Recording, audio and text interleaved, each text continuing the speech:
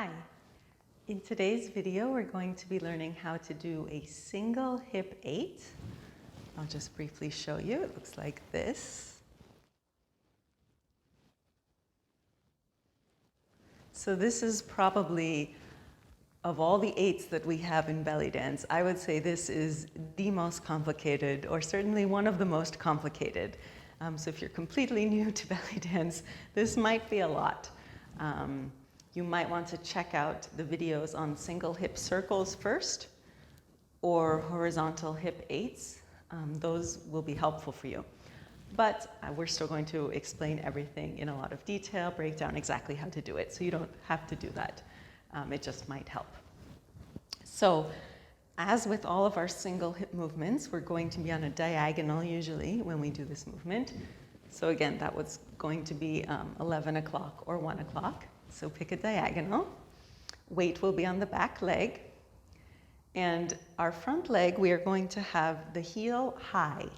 Yeah, so I'm just resting on the very, not quite the tip of my toe, but almost. So I don't have the whole ball of my foot down. I really just have like the pad of my first toe, pretty much, is the only thing touching the ground.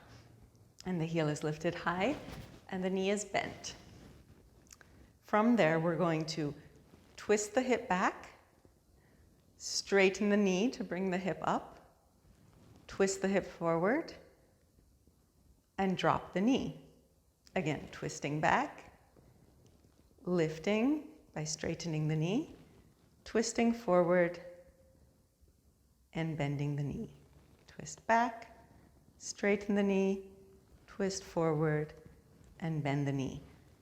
Keeping the heel lifted the entire time. You can do that, try to start to smooth it out. So you'll notice this part of our 8 is the same as a single hip circle, except that in the video where we looked at that, we used our foot, we used our heel, lifting and dropping to lift the hip. And in this case, we're actually using our knee. So again, there are always two ways to lift our hip. One would be straightening the knee, one would be lifting the heel. In this case, since our heel is lifted the entire time, we're going to be straightening and bending the knee. So twisting, straightening, twisting forward, drop. Yeah? Let's just try that on the other side. That's just the first half of our 8. So go to your other diagonal. Again, feet are pretty close together, I would say, not too far apart. Heel is lifted, knee is bent, twist back, straighten the knee, twist forward, bend the knee. Back, straighten, forward, bend. Back, straighten, forward, bend. Back, straighten, forward, bend. Keep that heel lifted and smooth it out. So again, getting that nice circular movement. This is just the first half of the 8. So practice that. Get it in your body. Using those oblique muscles as well. Definitely for that contracting as you lift the hip right here. Good. Going around. Great. Okay, so going back to the first side.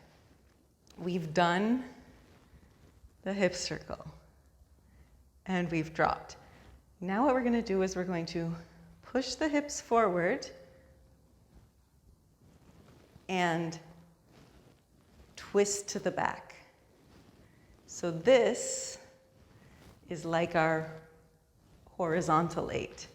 The only difference, of course, is that my heel is lifted and my knee is bent. So it's going to look a little strange, but you want to push forward and twist to the back. Coming down, push forward and twist to the back. Push forward, twist to the back, and that is actually going to get you started back in on that first half. So here, coming down, forward twist, and around, forward twist, and lift. So the front half of the 8, the second half of the 8, is actually quite tricky. If you have a wall, as I happen to have right here, this is a really good thing to practice with the wall to make sure you're not moving your body around. So around, forwards, twist, around and twist, around, twist. And notice that I am keeping my foot entirely in place the entire time. I definitely recommend practicing like this. Later, you'll often see this fancy using the foot, kind of sweeping it around, which is really pretty. Looks really great. But I don't recommend learning that first, because then you start to see kind of people using the foot to control the movement when actually it's really more about the hip. So I really recommend A, using a wall, and B, keeping that foot planted. And that's going to be a lot of work around the hips, but that's really going to make that 8 clean. Let's try it on the other side. So again, we did our circle here. Now we're going to push forward and twist and come back into that circle. Circle, forward, twist, around.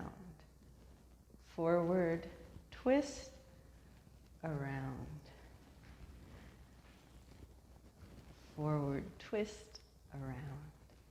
Keeping the foot planted on the ground. So this is just using a lot of twisting motions.